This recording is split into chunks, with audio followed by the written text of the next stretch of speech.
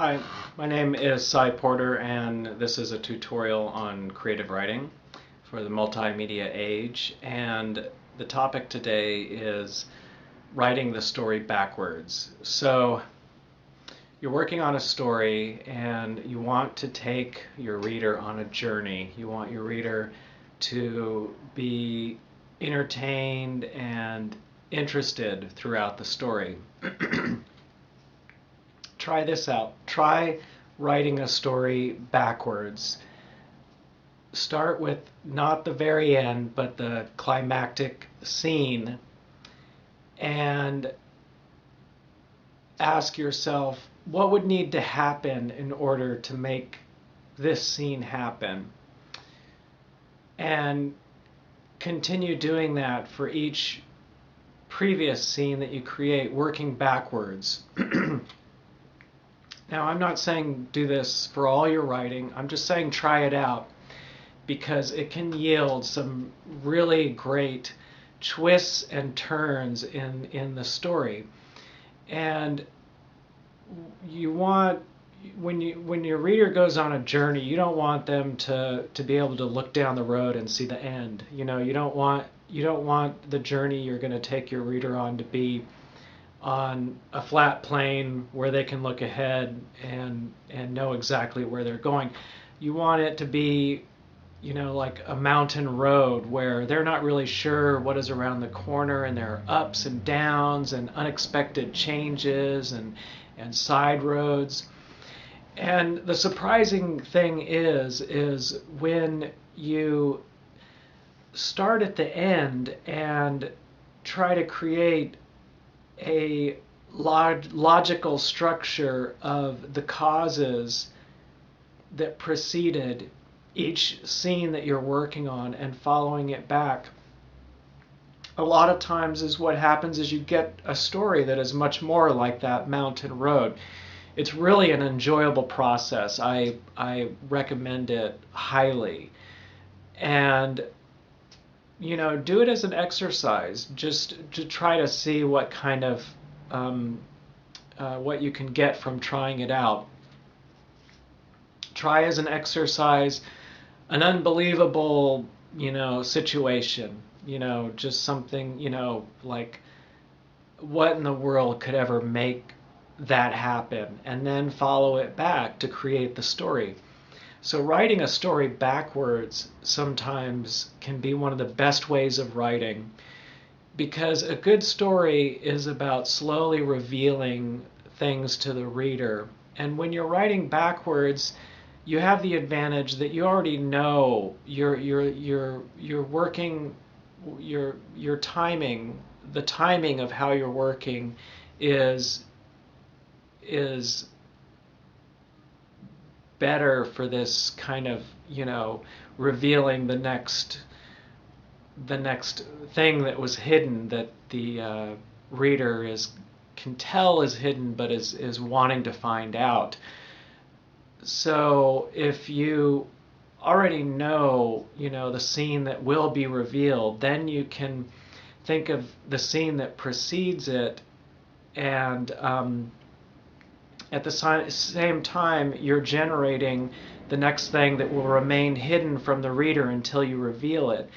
And what happens when you write this way is, without even trying, those twists and surprises and bends and unexpected occurrences and things that the reader would have no idea would happen in the story, those occur very often when you're writing a story backwards without you even trying. You're not trying to come up with something unexpected and surprising and that twist in the road.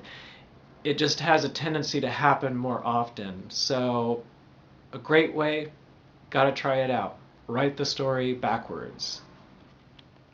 I hope my tutorials are useful to you. I post them to get the word out about a story I'm working on at solomation.com. I post free episodes of my illustrated story, so if you have a few minutes, please check it out. Thank you, and I hope your next writing session is a good one.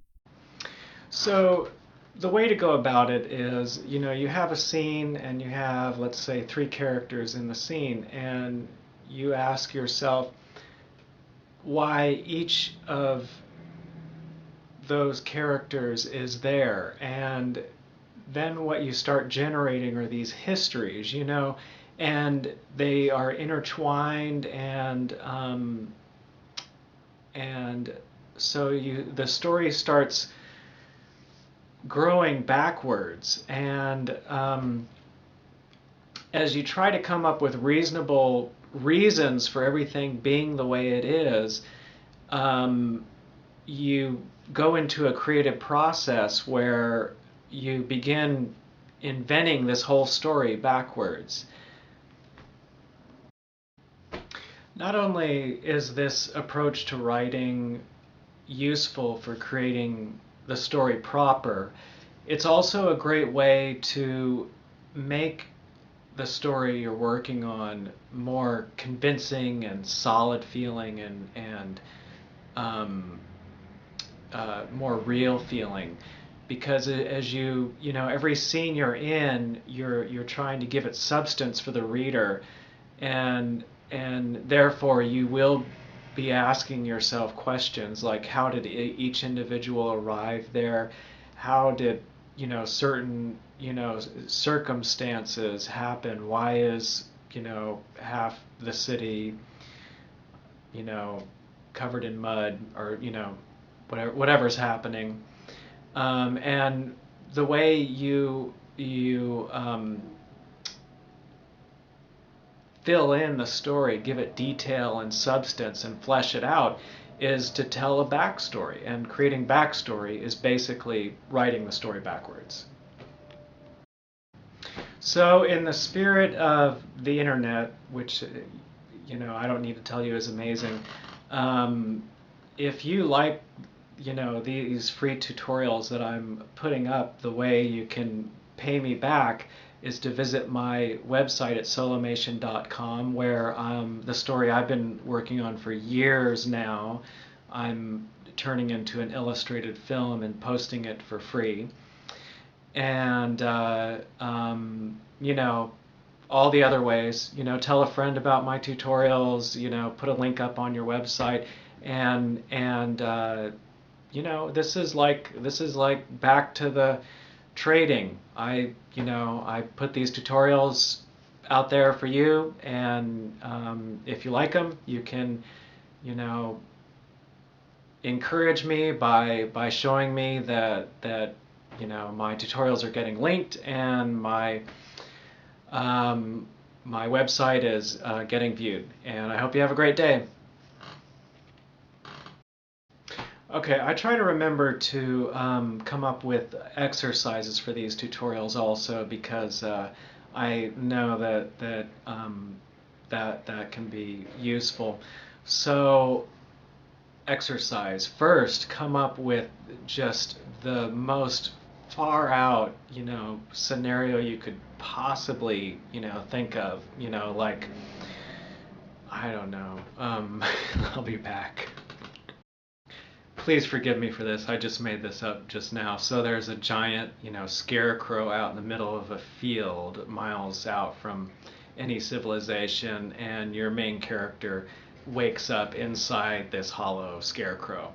And, so there's an example of like just a far out situation. And you as the writer have no other idea. It's not even a story yet. You have no idea where this story is all about. You basically you've written the end.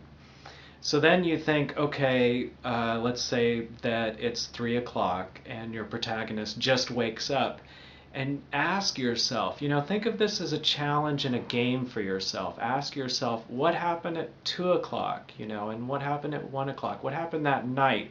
And try to think of logical, convincing scenes that happen before each one, that you think your reader is going to be convinced. You've got to be a little bit of a scam artist and sell this story to your reader, and try to think of the most convincing not the most creative, but the most convincing scenes possible.